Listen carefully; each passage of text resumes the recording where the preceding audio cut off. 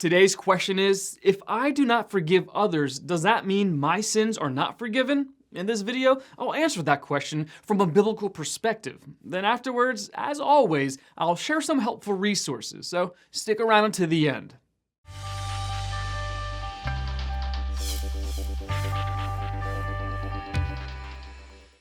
Matthew chapter 6 does not teach that our eternal destiny is based on our forgiving other people. However, it does teach that our relationship with God will be damaged if we refuse to pardon those who have offended us. The Bible is clear that God pardons sins by His grace based on Christ's work on the cross alone, not on man's actions. Our right standing before Him is established on one thing only: the finished work of Christ. The penalty for the sin that is rightly ours is paid by Christ, and we obtain it by grace through faith, not by any righteous deeds of our own. No one will be able to stand before God demanding that his sins be forgotten simply because he has forgiven others. Only when we are born again and given a new life through God's Spirit by faith in Jesus Christ are our sins forgiven. Therefore, Jesus is not referring to God's initial act of forgiveness, reconciliation, that we experienced when we first believed the gospel. What he is referring to is the day-to-day cleansing we obtain when we confess our sins in order to restore fellowship with our Heavenly Father, the fellowship which is interrupted by the daily tarnishing of sin that affects us all.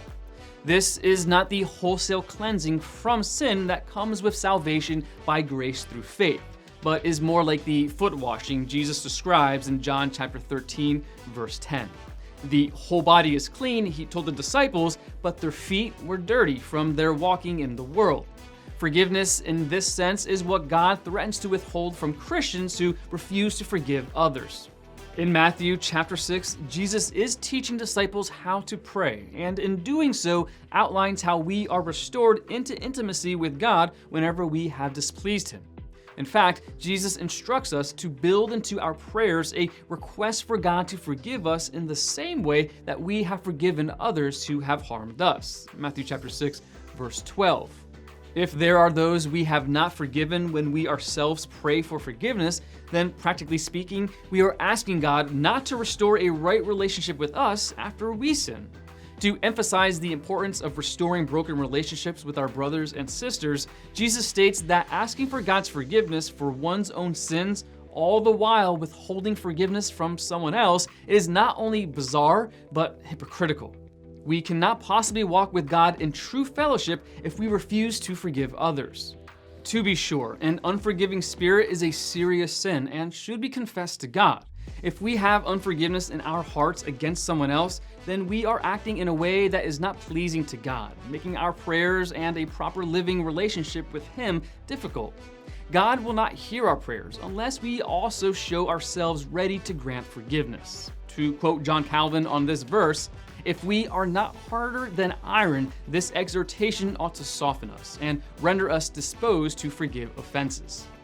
A second biblically plausible interpretation of Matthew chapter 6 verses 14 through 15 is that it is saying anyone who refuses to forgive others is demonstrating that he has not truly received Christ's forgiveness himself.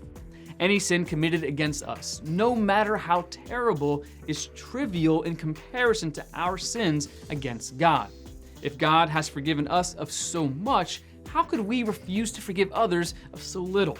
Matthew chapter 6 verses 14 through 15, according to this view, proclaims that anyone who harbors unforgiveness against others has not truly experienced God's forgiveness.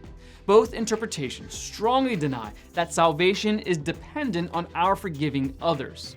Whether Matthew chapter 6 verses 14 through 15 is speaking of relational forgiveness, or whether it is a declaration that unforgiveness is the mark of an unbeliever, the core truth is the same.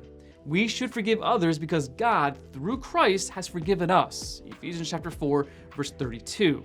It is wrong for someone who has truly experienced God's forgiveness to refuse to grant forgiveness to others. Want to learn more? Subscribe so you don't miss the next video. Visit gotquestions.org for more great content and check out the details section below this video. There's one book I recommend along with links to several related questions. If you'd like to learn about Bible Munch, or if you're interested in bite-sized devotionals, subscribe to Bible Munch on YouTube. It's linked right here. Now remember, got questions? The Bible has answers and we'll help you find them.